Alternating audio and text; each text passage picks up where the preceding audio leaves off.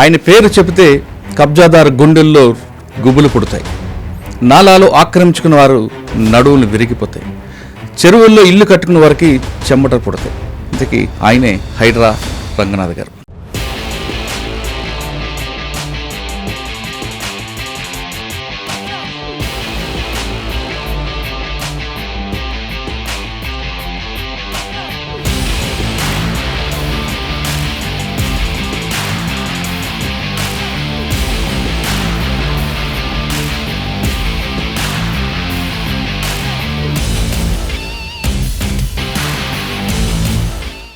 Buffer జోన్లో మీ ఇల్లు ఉందా? ఒకటి అడుగుతాను మురళి, మెడ మీద తల ఉంటుందా, తల మీద మెడ ఉంటుందా? ఏ అపోజిషన్ లీడర్ చెప్పండి, టార్గెట్ చేసి చెప్పి ఒక పేరు చెప్పండి. దెబ్బలు తట్టుకోలేక పటాన్ కాంగ్రెస్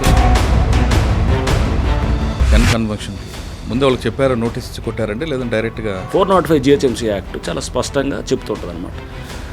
నోటీస్ లేకుండా కూలగొట్టచ్చు అనేది చాలా స్పష్టంగా చట్టంలోనే ఉంది.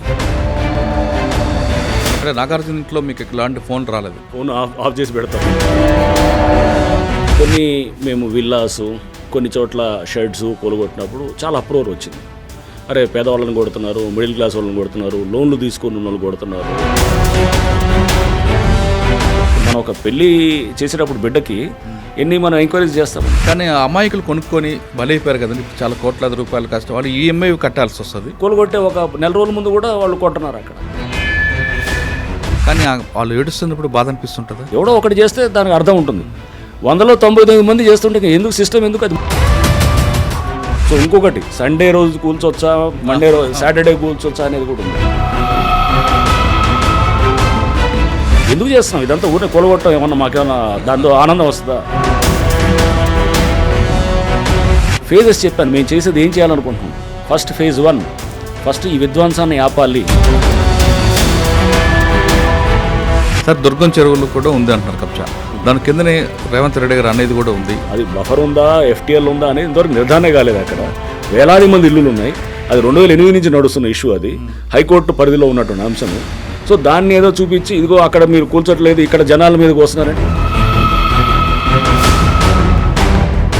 నా మీద బఫర్ జోన్ కాంట్రవర్సీ అయినా రేపు ఎవడు ఏదన్నా.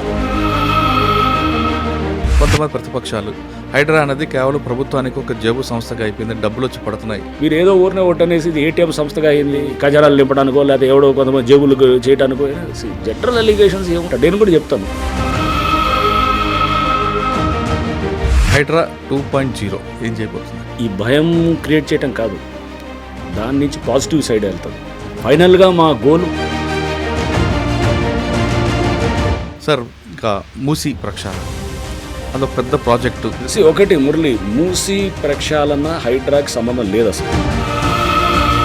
సార్ మీరు హైడ్రా స్టార్ట్ చేసిన తర్వాత చుట్టుపక్కల చెరువులని మొత్తం ప్రక్షాళన చేస్తూ బెంగళూరు వెళ్ళి అక్కడ ఒక లేక్ మ్యాన్ కలవడం, అక్కడ కాన్సెప్ట్ని ఇక్కడ అడాప్ట్ చేయడం అనే ఉద్దేశం. మేము బెంగళూరుకి వెళ్తే కూడా కొంతమంది కామెంట్ చేశారు, అది లేదు బెంగళూరు ఏంది, అది పనికిమాలిన సిటీ అది.